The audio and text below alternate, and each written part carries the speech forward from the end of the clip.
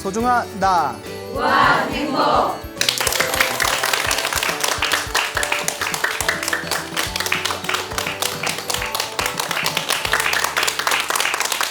예, 만나서 반갑습니다. 광우 스님이라고 합니다. 여러분들한테 아주 소중한 불자의 경험담이 담긴 편지를 읽어드릴까 합니다. 한번 잘 견청해 보세요. 네. 저는 지장기도를 하고 있는 청년 불자입니다. 제가 광우 스님을 알기 전에는 정신적으로 많이 허약하고 불안한 삶을 살고 있었습니다. 특히 아버지께서 돌아가신 뒤 우울한 마음이 커져서 사는데 의욕이 사라진 상태였습니다. 그래서 집 근처에 있는 어느 사찰을 다녔습니다. 그런데 그 절의 스님의 법문이 내용은 좋은 것 같은데 아직 제게는 너무 어려웠습니다. 그러다가 우연한 인연으로 2013년에 광우 스님을 처음으로 뵈었습니다. 스님 법문을 듣는 순간 부처님 가르침을 이리 쉽고 즐겁게 배울 수가 있구나 충격을 받았습니다. 그렇게 조금씩 법문을 듣고 배우며 기도의 맛을 알게 되었지만 광우 스님이 다른 곳으로 가시는 바람에 지금 생각하면 부끄럽지만 그 이후 신행 생활을 게을리하게 되었습니다. 제가 처음 광우 스님을 배웠을 때 저의 모습은 어둠의 자식 그 자체였습니다.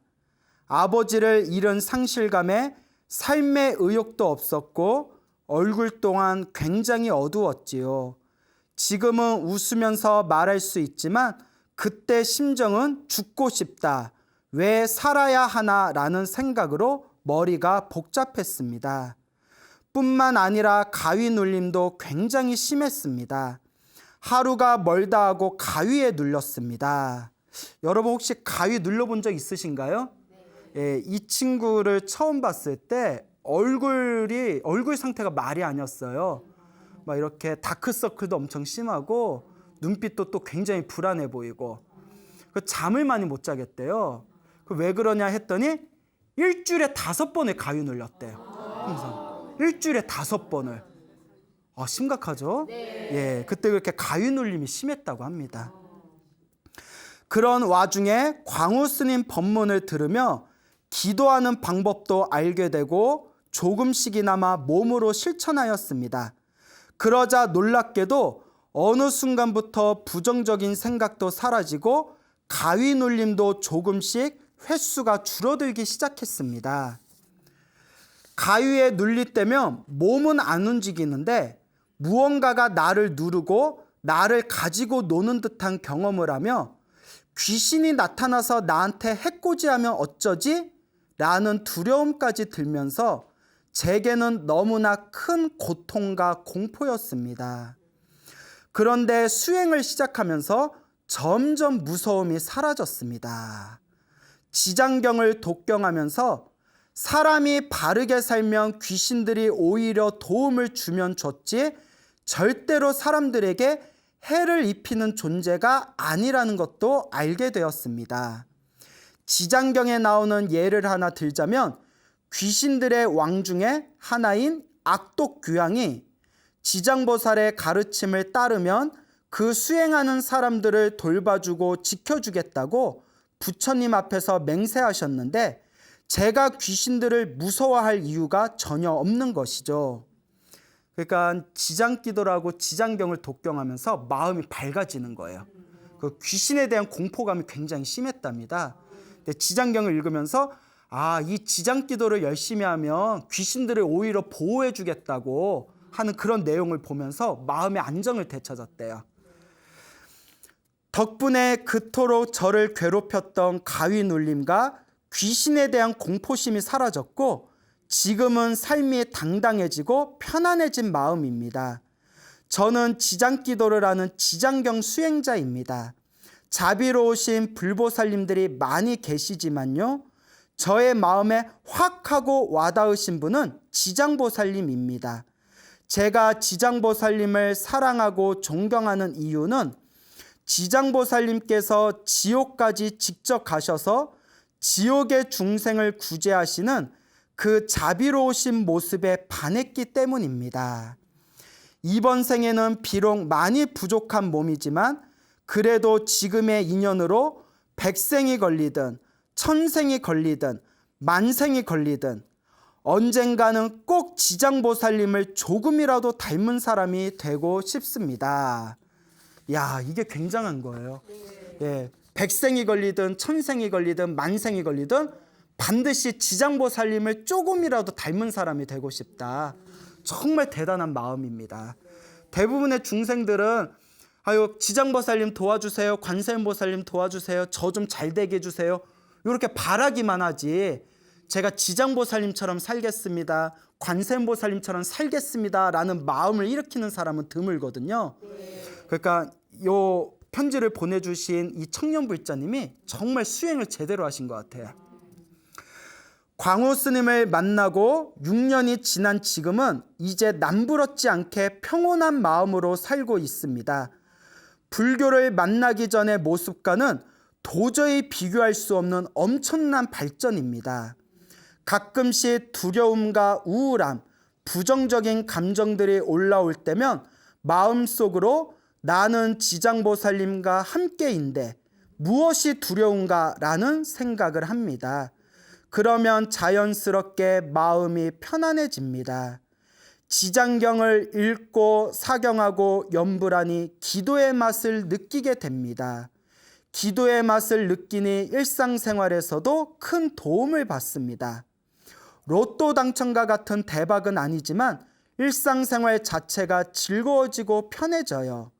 그리고 불보살님이 항상 곁에 계시다는 믿음이 생깁니다. 이 믿음이 생기고 나니까 사회생활을 하는데 힘든 점을 잘 극복하게 되었습니다. 지장보살님이 내 곁에 있으신데 두렵고 힘든 게 뭐가 있겠냐라고 스스로를 다독이면서 말이죠. 우리 불자는 이래야 됩니다. 항상 기도하고 항상 이 믿음을 갖춘 불자는 때로 살아가면서 힘들고 괴로운 일을 겪었을 때, 하지만 어차피 그 힘들고 괴로운 일도 결국 누가 지은 업이에요? 내가 지은 업이죠. 그때 내가 내 빚을 내가 갚고 있다. 관세음보살님이 나를 지켜주시고 지장보살님이 나를 지켜주시고 불보살님께서 나를 지켜주시는데 내가 무서울 게 뭐가 있겠냐. 이런 믿음이 꽉 차야 돼요. 그런 믿음이 생기려면 머리로는 안 됩니다. 반드시 기도를 하고 연불을 해서 내가 체득을 해야 됩니다. 저는 야간에 일하는 서비스 직종에서 근무합니다.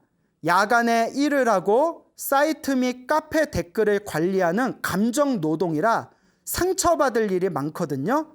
아니 왜 저래? 왜 화를 내지? 하면서 화낸 사람들을 진정시켜줘야 하는데요. 이게 처음에는 너무나 힘들었습니다. 그렇죠. 서비스 업종에 계신 분들은 나중에 사람에 대한 인간 환멸증까지 느껴진대요. 하도 진상 같은 손님 많이 만나서 사람에 대해서 정내미가 떨어진대요. 스트레스가 엄청 심한 거죠. 오죽하면 댓글이 달릴 때마다 공포감이 일어났습니다. 그런데 그럴 때마다 틈틈이 지장보살님을 연불하다 보니 어느 순간 댓글 공포감도 사라졌습니다. 이제는 큰 별탈 없이 직장 생활을 스트레스 없는 평온한 마음으로 임하고 있습니다. 아직 기도의 부족함을 느끼는 부분은 어머니와 관련해서인데요. 어머니한테 간혹 말실수해서 마음을 상하게 하는 경우가 종종 있는데 꼭 고치고 싶어요. 못됐네. 이 친구 어머님이 그 오리지널 완전 그 자연상으로 만든 도토리묵도 저한테 몇 번 보내주셨거든요. 겁나 맛있어. 근데 어머니한테 짜증내면 안 되죠. 부모 은중경에 보면 아버지를 왼쪽 어깨에 업고 어머니를 오른쪽 어깨에 업고서 수미산을 100,000번 돌더라도 그 은혜를 다 갚을 수 없다라고 하는데 알면서 왜 그래? 저도 수행을 꾸준히 해서 어머니 마음을 상하게 하지 않고 더욱 효도하도록 노력하겠습니다. 사실 저도 많이 부족한 불자여서 기도를 빼먹을 때도 있습니다. 그래도 끝까지 기도를 놓지 않으려 노력합니다. 각자 본인마다 맞는 기도법이 다르니 자신만의 기도법을 잘 찾으셔서 삶의 평온함을 얻으시기 바랍니다. 제가 항상 말씀드리죠. 관음 기도를 하든 지장 기도를 하든 신묘장구 다란이를 하든 금강경을 하든 법화경을 하든 절을 하든 결국 모든 기도는 하나로 통합니다. 그러니까 어떤 기도를 하든 자기한테 맞는 걸 꾸준하게 밀고 가시면 됩니다. 기도를 너무 욕심을 내서 하려고 하지 말고 조금씩이라도 일단 기도를 시작해 보세요. 시작은 작을지 몰라도 기도의 맛을 보시며 엄청난 힘을 경험하실 겁니다. 끝까지 들어주셔서 감사합니다.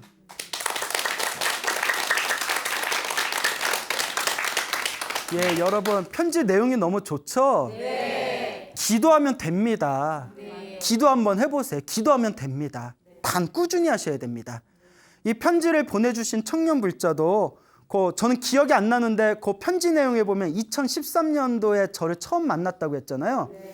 그때 정말 얼굴도 음침하고 성격도 뭔가 좀 떠있고 눈빛도 불안하고 여러모로 걱정이 돼서 제가 붙들고 너는 업장이 두껍다. 기도해라 기도해라 엄청 잔소리했거든요.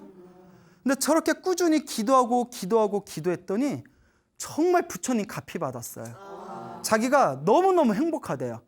사람이 자기 입으로 행복하다는 말 쉽게 안 나오잖아요. 지금 너무너무 마음이 행복하고 힘들고 괴로운 일이 있대요. 또 아까 얘기했지만 감정 노동자라 서비스 업종에서 가끔 억울한 일 당할 때 힘들고 짜증나지만 그럴 때 지장경 독경하고 다 연불하면 마음이 안정이 된대요. 그러니까 기도에 힘이 붙은 거예요. 그러니까 해보세요. 꼭 기도 열심히 안 한 사람들이 되니 안 되니 효과가 있니 없니 지겹다 지겨워. 정말 내 골수가 쭉 빠져나갈 정도로 한번 미친 듯이 기도해 보세요. 부처님의 가피는 기도한 만큼 효과가 있습니다.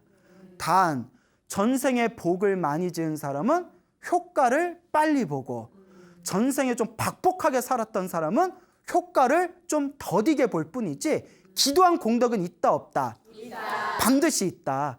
그리고 기도하다가 나쁜 일이 생긴 거는 기도에 효과가 없어서가 아니라 내가 기도를 열심히 했기 때문에 크게 받을 걸 어떻게 받았다? 작게 받았다. 바로 이게 기도의 묘미입니다.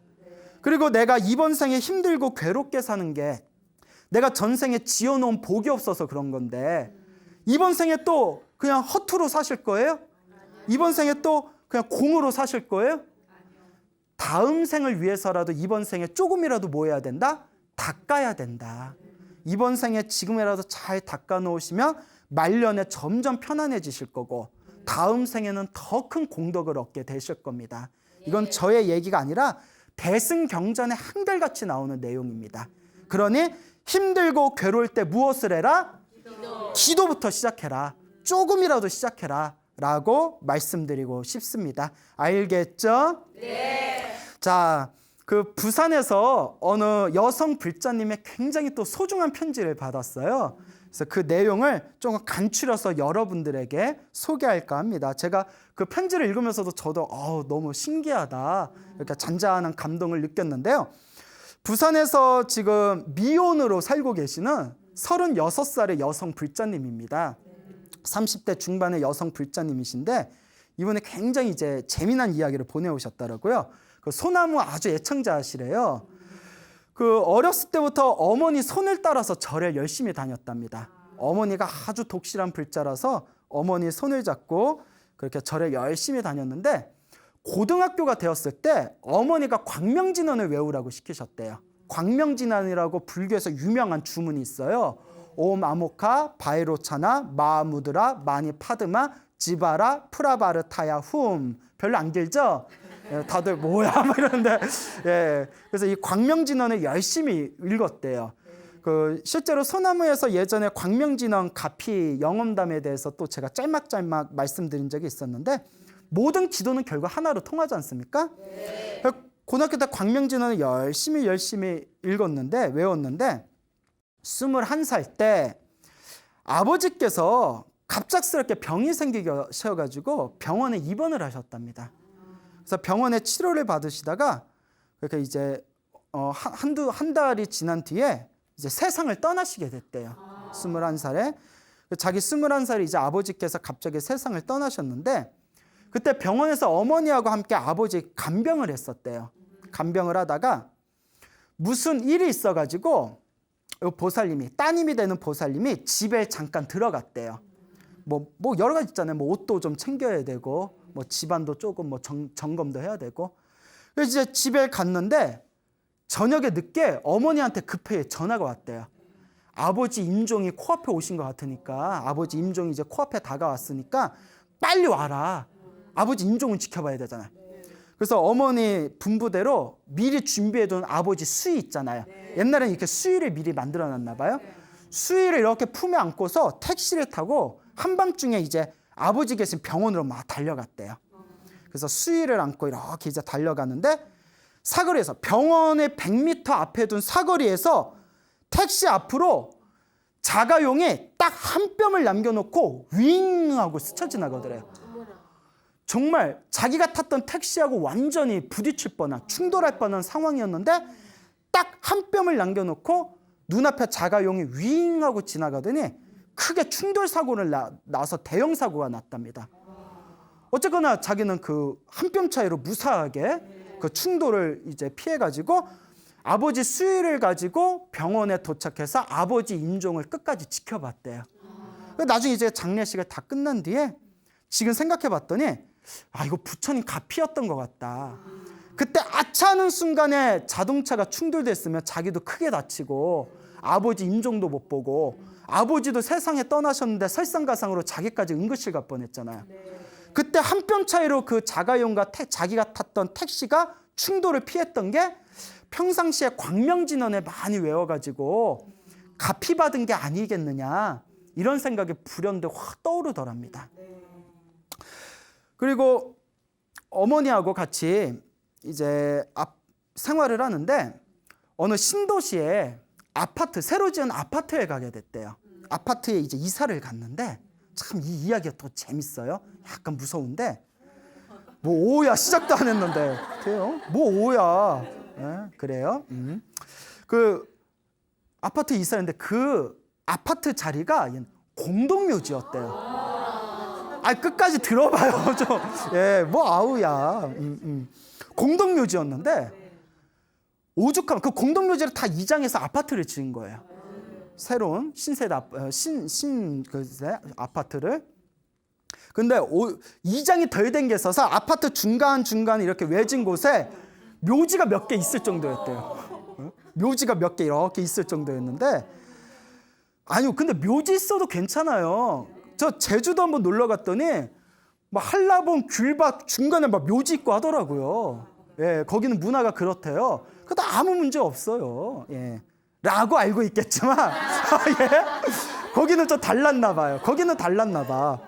공동묘지 막 이장 안 된 막 묘지도 막 중간중간 외진 곳에 남아 있을 정도였는데 이사를 갔는데, 이사 가서 얼마 안 됐을 때였나 봐요. 자다가 자기가 인생 처음으로 가위를 눌러봤대요.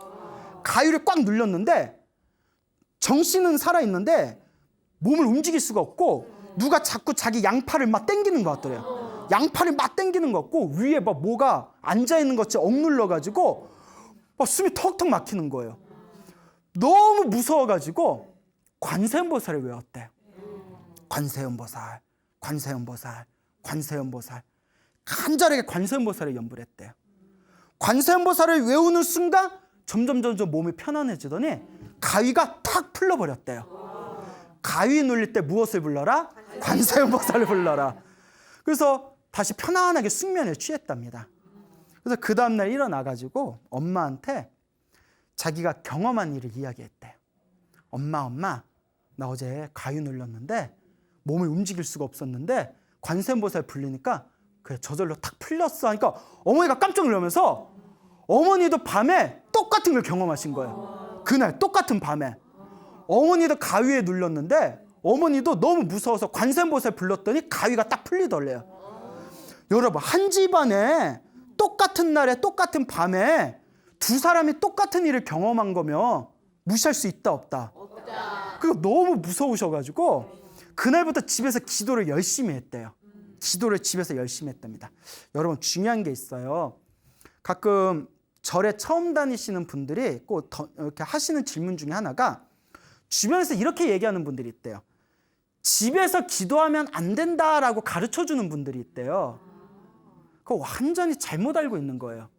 만약에 여러분 기도하시는 분들이 집에서 기도하면 안 된다라고 이야기하는 분이 있으면 그분을 멀리하세요.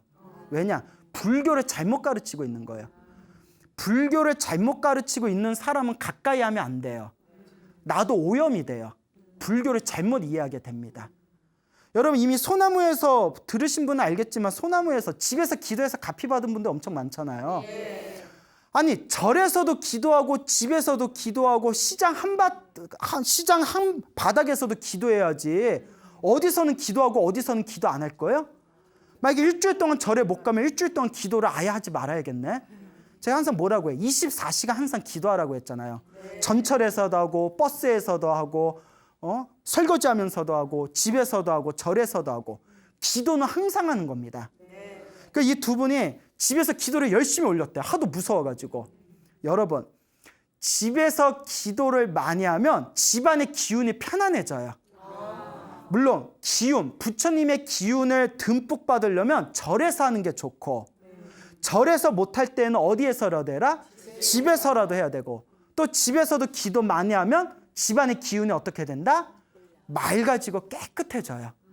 집에서도 기도 많이 하셔야 됩니다. 알겠습니까? 네. 절에서는 기도해야 되고 집에서는 기도하면 안 된다. 이거는 아주 잘못된 생각이에요. 왜 그런 말이 왜 나왔는지 전 이해가 안 돼요. 하여튼 잘못된 불교적인 지식을 좀 다른 사람한테 잘 모르면서 가르쳐주지 않았으면 좋겠어요. 자, 어쨌거나 집에서 기도를 열심히 하면서 집에서 기도를 열심히 하니까 이제 그런 일은 없었대요. 근데 이제 찜찜하잖아요.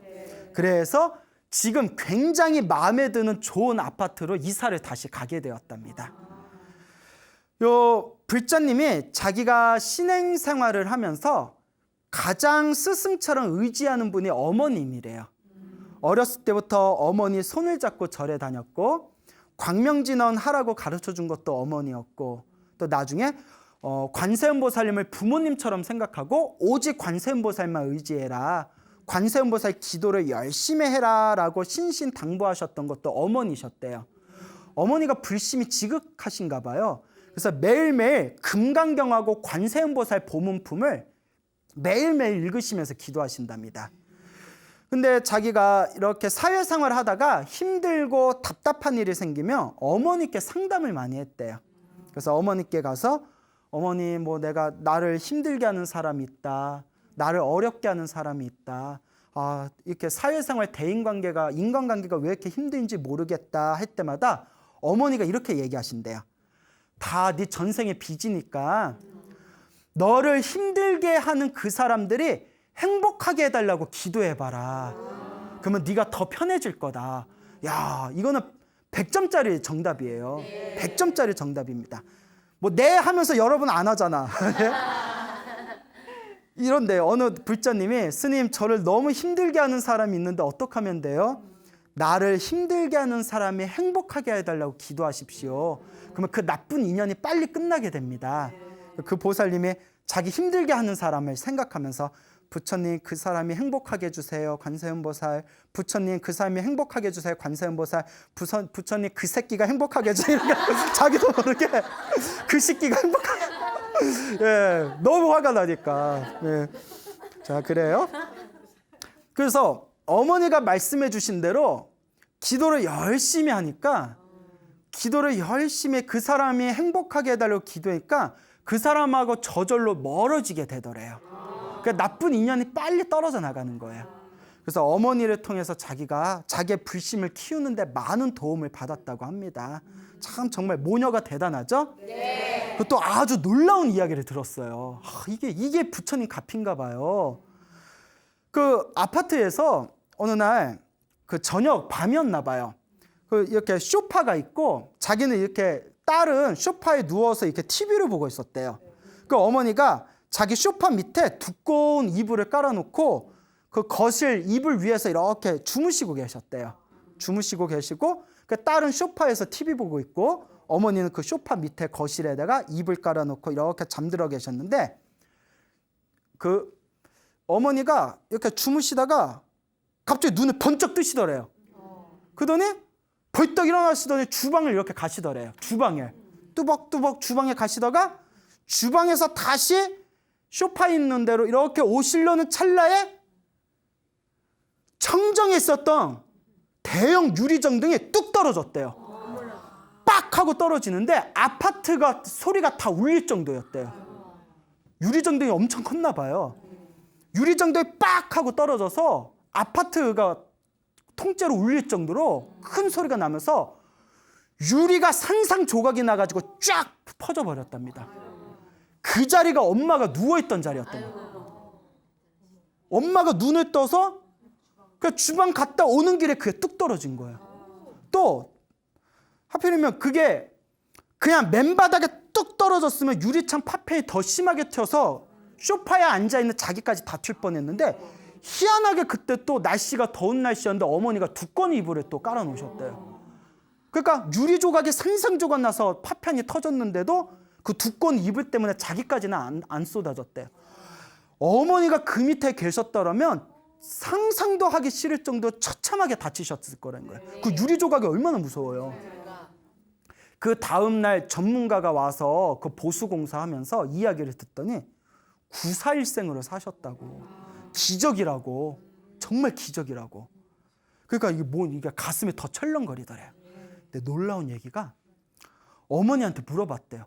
엄마, 근데 어떻게 그때 눈을 번쩍 떠가지고 부엌에 갔어? 이러는데 엄마가 하는 얘기가 잠을 자고 있는데 비몽사몽에 벌레 한 마리가 자꾸 왔다 갔다 하더래요. 근데 그때 벌레가 있었다 없었다. 근데 느낌에 자꾸 벌레가 왔다 갔다 해가지고 그래서 잠에서 깨가지고 눈을 탁 떴는데 자기도 모르게 주방에 가고 싶더래요. 그래서 눈 뜨자마자 홀린 듯이 주방에 가는 순간 그게 뚝 떨어진 거예요. 그때 왜 잠을 자는데 꿈결에 벌레가 나타나냐고요. 아무리 생각해도 누구의 은혜다? 부처님의 은혜다. 아무리 생각해도 평소에 기도를 많이 하고 평소에 그 부처님께 보살님들께 이 연불공덕, 독경공덕을 많이 지어서 이게 이 가피로 우리를 도와주신 것 같다라는 생각을 그때 정말 그런 부처님에 대한 아주 고마운 마음을 그때 일으키게 되었다고 합니다. 그래서 그날 이후로 부처님께 조금이라도 더 은혜를 갚으려고 지금 기도를 더 열심히 하고 있대요. 참 훌륭하죠? 네. 자, 이런 거 한번 경험하면 우리가 기도를 안 할 수가 없어요. 자, 그리고 또 재미난 얘기인데 자기하고 이제 친하게 지내는 자기가 친이모처럼 따르는 보살님이 계시대요. 아주 친이모처럼 따르는 평소에 불심이 지극하신 이모님이 계시는데 근데 이게 부산이 좀 불심이 센 것 같아요. 그죠? 얘는 또 불심의 고장이라고 하잖아요. 부산 불심이 아주 센 것 같아요.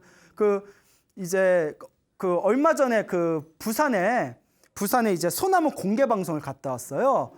그때 부산 불심의 뜨거움을 느꼈는데 사진 촬영하다 옷이 찢겨지는 줄 알았어요. 하도 이렇게 이제 너무나 열렬하게 응원을 해주셔가지고. 근데 부산 분들이 기도를 좀 많이 하시고 소나무 기도가피 이렇게 편지 오는 거 보면 부산에서 올라온 이야기들 많거든요. 그래서 참 신기하다라는 생각을 했습니다. 자, 어쨌거나 이 친이모처럼 따르는 이 보살님이 계시는데 우리 불교의 자비도량 참법이라는 기도법이 있어요. 자비도량 참법에서 내가 지난 생에 지었던 모든 잘못을 참회하는 기도법이거든요. 아주 두꺼운 책인데 이거 천일기도에 들어가셨대요. 며칠 기도? 천일기도면 몇 년일까요? 3년이죠. 천일기도에 들어가셨는데 이 천일기도를 하시는 중간에 귀에서 딸그락 소리가 들리더래. 자꾸 귀에서 이명처럼 딸그락 소리니까 너무 일상생활에 불편해서 병원에 갔대요. 근데 병원에서 아무리 검진을 해도 원인을 알 수가 없더래요. 다 멀쩡하더래요. 정밀검사 받아도. 희한하다. 근데 귀에서 자꾸 딸그락 소리 나고. 그러거나 말거나 계속 기도를 올렸대요. 계속 기도를 하고 병원에 계속 가도 원인은 알 수가 없고, 그래서 귀에서 딸그락딸그락 소리 나다가 기도하던 중간에 어느 날 꿈을 꿨답니다. 꿈을 꿨는데 귀에서 길고 큰 젤리가 쭉 이렇게 뽑아져 나오는 꿈을 꿨대요. 젤리가 찰리 말고 젤리가 이렇게 쭉 뽑아져 나오는 꿈을 꿨대요. 예, 젤리 좋아해요? 안 좋아요? 걸쭉한 젤리가 쭉 뽑아지는 꿈을 꾸고 나서 그 귀에 딸그락거리는 이면 형상이 어떻게 됐을까요? 싹 사라졌대요. 그러니까 아마 귀와 관련된 업장이 소멸했나 봐요. 예, 정말 신기한 일이 아닐 수 없습니다. 그래서 이 불자님이 아무리 생각해도 부처님의 은혜가 너무나 감사하더랍니다. 그래서 그동안 자기가 부처님께 기도 올릴 때에는 자기의 욕심을 위해서 기도를 했대요. 내 욕심으로 기도를 했답니다. 우리는 기도할 때 그러잖아요. 잘 되게 해주세요. 못 되게 해주세요. 어떻게 하게 해주세요. 근데 언젠가부터 기도할 때 마음이 바뀌기 시작하더래요. 이제 항상 기도를 마치면 어떤 발언을 올리냐면, 저와 인연 있는 모든 존재가 행복하게 해주세요. 저와 인연 있는 모든 존재가 괴로움에서 벗어나게 해주세요. 라고 발언을 한답니다. 나를 위한 발언이 아니라 내 주변에 있는 다른 사람을 위해서 이제 기도를 올리게 됐답니다. 근데 그런 기도를 올리고 나면서부터 너무나 자기 마음이 편안하고 행복하고 너무나 마음이 기쁘더래요. 그래서 저희가 이제 이런 이야기를 들려주시면서 부처님 앞으로도 부처님 은혜 갚는 마음으로 더 열심히 수행해서 훌륭한 불자가 되겠습니다라고 이렇게 이제 저에게 그런 자신만의 약속을 하면서 이 소중한 이야기를 불자들을 위해서 보내오셨습니다. 참 너무 대단하죠? 네. 그러니까 우리 한국 불교가 1000년의 역사가 넘는 이 한국 불교가 그래도 이렇게 끝까지 꾸준히 버티는 이유가 얼마나 우여곡절이 많았어요. 이렇게 끝까지 버티는 게 그래도 알게 모르게 수행을 열심히 하시는 스님들과 알게 모르게 이와 같이 신행 생활을 열심히 하는 불자님들이 있기 때문에 이 한국 불교가 그래도 버티는 게 아니겠느냐, 이런 말씀을 드리고 싶습니다. 자, 그러니까 우리도 열심히 기도하고 복을 짓고 또한 선업과 공덕을 쌓아야 됩니다. 꼭 명심하시길 바랍니다. 부산의 어느 불자님께서, 어느 거사님께서 또 저한테 너무나 좋은 이야기를 해주셨습니다. 이 거사님께서 4년 전에 겪으셨던 일이래요. 4년 전에 이 거사님께서 이제 당신의 아내가 부인 되시는 분이 갑자기 담석증이 있어가지고 담석증 때문에 병원에 입원을 했대요. 병원에 가셨는데 순식간에 폐혈증을 일으키신 거예요. 그 폐혈증 굉장히 위험하대요. 그래서 폐혈증 딱 되면 생사를 장담할 수가 없대요. 갑자기 담석증 때문에 병을 갔는데 그 폐혈증을 일으켜가지고 그래서 막 응급치료를 받는 거예요. 막 몸에 막 주렁주렁 막 응급시술 몸에 막 붙이고 그 다음에 막 이렇게 응급처치에 막 들어가가지고 의사들하고 막 수많은 사람들이 달라붙어서 어떻게든 이제 살리려고. 근데 이제 폐혈증이 너무나 이제 위험한 상황이다 보니까 그런 상황에서 얼마의 시간이 지난 뒤에 호흡이 끊겼대요. 호흡이 딱 끊기니까 그때 이제 마지막에 심폐소생술인가 한대요. 막 의사들이 몰려와서 막 심폐소생술을 했는데 결국은 이제 호흡이 끊기고 심장이 멈췄나 봐요. 그때 의사 5명이 다 이렇게 검진을 한 뒤에 몇 월 며칠 몇 시에 몇 분 사망 신고를 딱 내렸대요. 사망 신고 5명이 의사 5명이 사망 신고를 딱 내리고 이제 몸에 붙어 있던 그 치료기 기계 응급기계 다 이렇게 떼어내고 그리고 이제 얼굴에 이렇게 덮었겠죠. 사망 신고 됐으니까. 그리고 이제 장례식을 이제 준비해야 되는 시작이잖아요. 문제가 생긴 거예요. 체온이 체온이 식지가 않더래요. 사람이 사망 신고가 내려지면 이제 천천히 체온이 식잖아요. 샥 식잖아요. 체온이 남아있더래요. 이게 병원이 발칵 뒤집혀진 거예요. 야, 사람이 죽었는데 체온이 남아있으니까. 와, 의사들이 그냥 막 몰려가고 다시 막 응급실 중환자실에 옮겨가지고 막 이렇게 보고 했더니 아직 이거 아직 살아있는 것 같다. 그래서 다시 응급치료를 들어갔답니다. 응급치료를.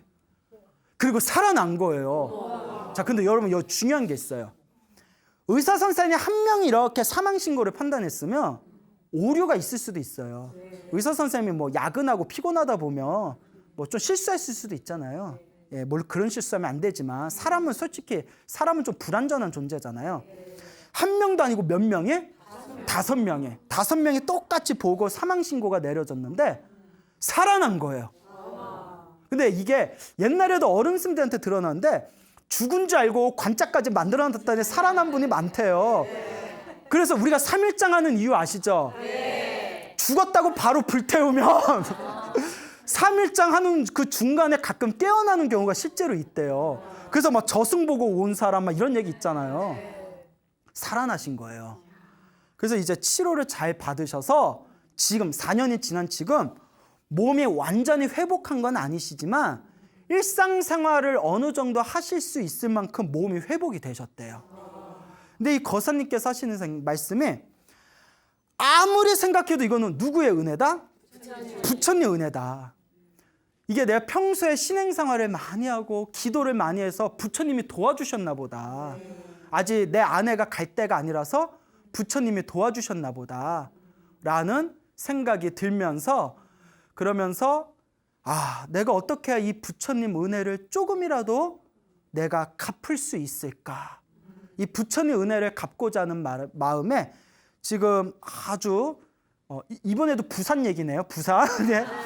부산에서 아주 그 포교도 열심히 하시고 부처님 은혜 갖기 위해서 열심히 봉사활동 하시는 그 어느 거사님께 제가 직접 들은 이야기입니다. 정말 놀랍지 않습니까? 그래서 소나무를 통해서 우리 불자분들에게 항상 드리는 이야기가 있습니다. 여러분, 어차피 우리 인생사 2년 따라 일어나고 2년 따라 사라지는 거예요. 그래서 무슨 법이라고 한다? 어떻게 하셨어요? 네. 2년법이에요, 2년법. 근데 발음 잘해야 된다고 했죠? 2년법 이러면 안 되고 2년 법대로 해라 해서 2년법이 아니고 2년법. 그래서 2년 따라 일어나고 2년 따라 사라지는 이 거대한 우리 삶의 모습은 결국 내가 지은 업의 인연입니다. 잘 돼도 내 탓이고 안 돼도 내 탓이고 잘 되든 안 되든 그래도 노력하면서 살아가는 거고 노력하면서 살면서 내 앞에 펼쳐진 모든 행복과 불행이란 게 결국 내 복대로 살아가더라. 내 복대로 살아가더라. 그렇기 때문에 항상 불자님들한테 드리는 이야기가 결국 우리가 조금이라도 행복한 삶을 살기 위해서는 항상 기도하고 항상 복을 짓고 항상 이 마음자리를 잘 써야 된다라고 누누이 말씀을 드렸습니다. 우리가 살아가면서 힘들고 괴로운 일이 생길 때마다 어떤 사람은 끊임없이 좌절하는 사람이 있어요. 힘들어하고 괴로워하고 그런 사람들한테 기도해라, 복지어라 좋은 얘기 해주면 첫째, 믿지를 않아요. 그딴 게 어딨어. 야, 그러면 이 세상 사람들 다 잘 살겠네. 믿지를 않아요. 둘째, 처음에는 귀가 솔깃해서 좀 하는 듯 하다가 중간에 그만둬요. 내가 원하는 만큼 효과가 안 생기니까 그냥 중간에 그만둬 버려요. 이런 사람들은 업이 두꺼운 사람들입니다. 어떤 사람들? 업이 두꺼운 사람들이에요. 업이 두꺼운 사람들은 좋은 걸 아는데도 그 좋은 것에 몰입할 수가 없어요. 내 업이 자꾸 장애를 하는 겁니다. 그래서 업장이라고 하죠. 근데 그나마 성근이 있는 사람, 착한 뿌리가 있는 사람들은 내 힘들고 괴롭고 너무나 어려운 그런 시절에 부처님의 법을 만나고 기도하고 복을 짓고 마음을 쓰면서 자신의 운명을 조금씩 아름답게 바꿔나가는 사람들이 있습니다. 그런 사람들이 바로 제가 아까 편지를 읽어드렸던 그 젊은 청년 불자라든가 또 오늘 이야기를 해드렸던 그 불자님들의 이야기라든가 그동안 소나무를 통해서 말씀드렸던 갚이받았던 수많은 불자님들, 그분들이 끊임없이 기도하고 복을 지으면서 자신의 운명을 바꾼 분들입니다. 그러니까 좋은 일이 생기든 나쁜 일이 생기든 다 내가 지은 업의 인연들이구나, 지금이라도 내 업을 잘 닦아야 되겠구나라는 마음으로 여러분들의 몸과 마음을 잘 다스리면서 진정한 불자의 길을 갈 수 있도록 끊임없이 노력하시기 바랍니다. 알겠죠? 네. 여러분, 행복해지고 싶습니까? 네. 행복한 삶을 창조하고 싶습니까? 네. 복을 지으십시오. 선업을 지으십시오. 공덕을 쌓으십시오. 복과 선업과 공덕의 힘이 여러분들을 진정한 행복의 길로 이끌어 줄 것입니다. 오늘 여기서 마치겠습니다. 소중한 나 무한 행복.